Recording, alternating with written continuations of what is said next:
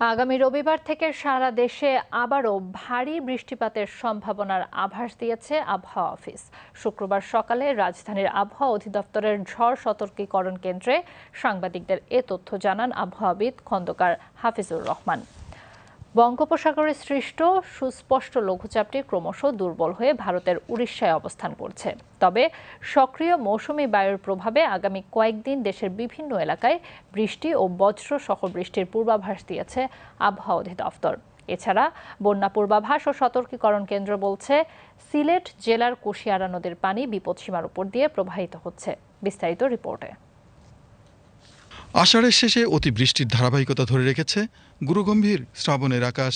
গত ২৪ ঘন্টায় উত্তর পশ্চিম বঙ্গোপসাগর এবং ভারতের উত্তর উড়িষ্যার ও পশ্চিমবঙ্গ উপকূলীয় এলাকায় অবস্থানরত লঘুচাপটির প্রভাবে বাংলাদেশের উপকূলীয় এলাকায় কিছুটা বৈরী আবহাওয়ার বিরাজ করছে।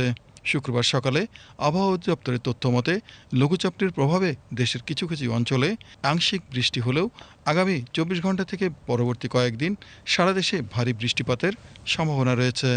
আগামী রবিবারের পর থেকে বৃষ্টিপাতের সারা দেশে আবার বৃষ্টিপাতের পরিমাণটা বাড়বে।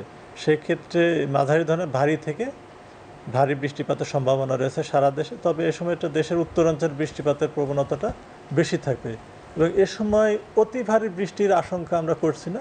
তবে আগামী ২৪ ঘন্টা যে পূর্বাভাস বা ২৪ ঘন্টা থেকে সেক্ষেত্রে দেশের উত্তরাঞ্চল অর্থাৎ রংপুর, ময়মনসিংহ এবং সিলেট বিভাগে বৃষ্টিপাতের পরিমাণটা বেশি থাকবে এবং সেক্ষেত্রে কোথাও কোথাও ওই অঞ্চলে ভারী বৃষ্টিপাতেরও সম্ভাবনা রয়েছে।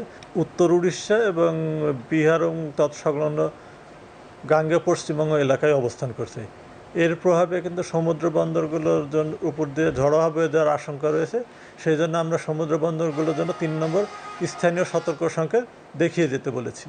এদিকে বৃষ্টিপাত ও নদ নদীর পরিস্থিতি এবং পূর্বাভাসে গত ২৪ ঘন্টায় দেশের উত্তর পূর্বাঞ্চলের কুশিয়ারা নদীর পানি সমতলে বৃদ্ধি পেয়েছে। অন্যদিকে উত্তরাঞ্চলীয় রংপুর বিভাগের তিস্তা, ধরলা ও দুধকুমার নদীর পানি সমতলে হ্রাস পেলেও আগামী ৭২ ঘন্টায় এ অঞ্চলের নদীগুলোর পানি সমতলে বাড়ার আশঙ্কার কথা জানিয়েছে বন্যা পূর্বাভাস ও সতর্কীকরণ কেন্দ্র।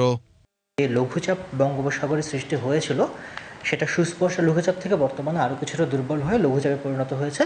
আর এর ফলে আমাদের দেশে কিছু বৃষ্টিপাত হতে পারে, কিন্তু আমরা চট্টগ্রাম অঞ্চলে আগের মতো ভয়াবহ বৃষ্টিপাত আশঙ্কা করছি না। বৃষ্টিপাতের প্রবণতাটা বিএমডির পূর্বাভাস অনুযায়ী আমাদের দেশের উত্তরাঞ্চলের দিকেই থাকতে পারে এবং এর ফলে হয়তো আমাদের উত্তরাঞ্চলের তিস্তা, ধরলা, দুধকুমার যে নদীসমূহ রয়েছে তার পানি সমতল বৃদ্ধি পেতে পারে। সেসব জায়গায় আমরা একটা বন্যা সতর্কতা রেখেছি এবং তিস্তা নদীর হয়তো নদীর সংলগ্ন নিম্নাঞ্চল যেগুলো রয়েছে সেগুলো হয়তো প্লাবিত হয়ে আগামী ৩ দিনের মধ্যে একটা স্বল্পমেয়াদী বন্যা পরিস্থিতির আশঙ্কা হতে পারে। এছাড়া দেশের দক্ষিণ ও দক্ষিণ পূর্ব উপকূলীয় এলাকায় ঘণ্টায় ৪৫ থেকে ৬০ কিলোমিটার বেগে অস্থায়ীভাবে দমকা এবং ঝড়ো হাওয়া বয়ে যাওয়ার আভাস দিয়েছে আবহাওয়া office. Sheikh Ali, BTV news.